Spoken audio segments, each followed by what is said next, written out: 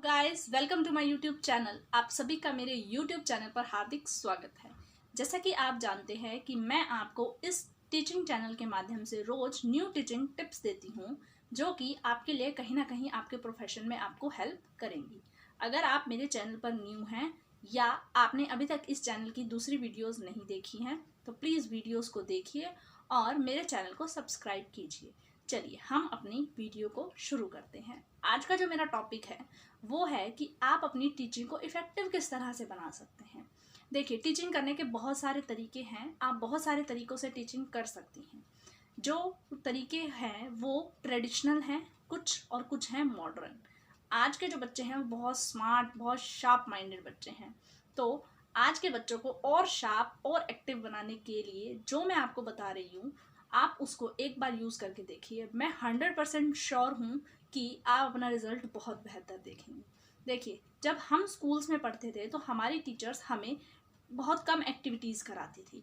यानी कि बस मैम आई, चैप्टर कराया, कॉन्सेप्ट समझाया, उसकी एक्सरसाइज फिल कराई, उसके क्वेश्चन आंसर कराए, दैट्स इट। बट आज आप देखते होंगे कि आज स्कूल्स में एक्टिविटीज़ बहुत ज़्यादा कराई जाती हैं। इसका एक बहुत साइंटिफिक कारण है कि हम कोई भी काम करके बहुत जल्दी सीखते हैं। इट मीन्स हम लर्निंग बाय डूइंग करते हैं। अगर हम कुछ कर रहे हैं तो हम लर्न करते हैं, और हम लर्न कब करते हैं? जब हम कोई काम करते हैं। मान लीजिए आपको किचन में खड़ा कर दिया जाए और आपको बोला जाए कि आपको गोल गोल रोटी बनानी है, तो क्या आप सिर्फ देखकर गोल गोल रोटी बना सकते हैं? नहीं। आप जब तक गोल गोल रोटी नहीं बना पाएंगे जब तक कि आपके हाथ में चकला और बेलना ना थमा दिया जाए। ये सिर्फ बात गोल गोल रोटी बनाने की नहीं है। ऐसी बहुत सारी एक्टिविटीज़ हैं जिन्हें सिर्फ हम देखकर नहीं कर सकते। हम कोई भी काम करते हैं, वो हम जब तक खुद उसको एक्सपीरियंस नहीं करते हैं तब तक हम उस काम को नहीं कर सकते हैं। मैं ऐसा इसलिए बोल रही हूँ क्योंकि जो लर्निंग बाय डूइंग का प्रोसेस है वो बहुत ही अमेजिंग प्रोसेस है।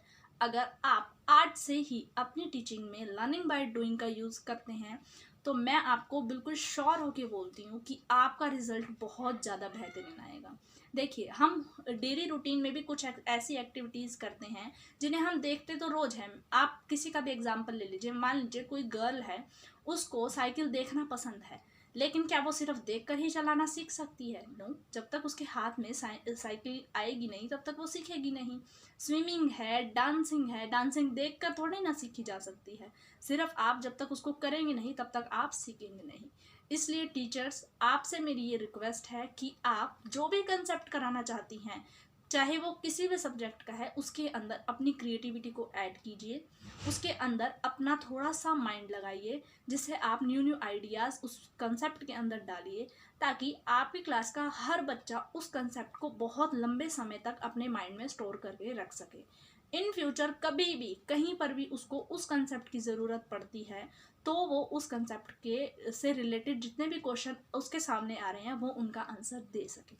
ऐसा मैं इसलिए बोल रही हूँ क्योंकि आज का जो टाइम है वो सिर्फ वहीं तक नहीं है कि मार्क्स लिए, मार्कशीट में आ गए आपके 90%, उसके बाद आप सक्सेस हो। नहीं, आज का टाइम बहुत एडवांस हो चुका है।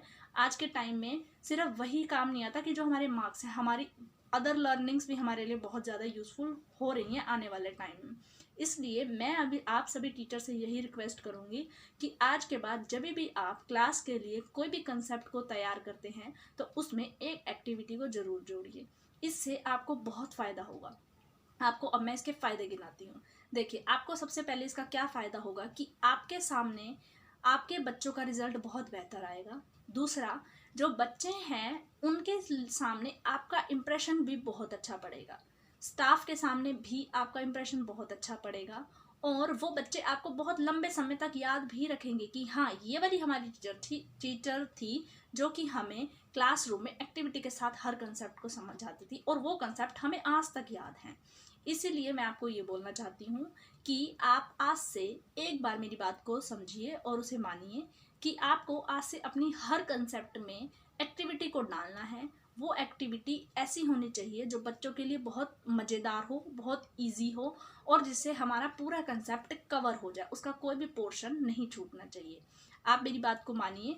आप आज से लर्निंग बाय डूइंग का काम शुरू कर दीजिए। लर्निंग बाय डूइंग का मीन्स मैं आपको पहले ही वीडियो में बता चुकी हूँ इसलिए आप एक बार इसे करके देखिए, आपको बहुत अच्छे रिजल्ट मिलेंगे। अगर फिर भी आपको कोई डाउट रह जाता है तो आप मेरे कमेंट सेक्शन में लिखिए, और ऐसे ही अगर आपके पास अमेजिंग से आइडियाज़ हैं तो कमेंट सेक्शन में लिखिए। मैं उन आइडियाज़ को कलेक्ट करके आपका नाम वीडियो में लूँगी और उस वीडियो को यूट्यूब पर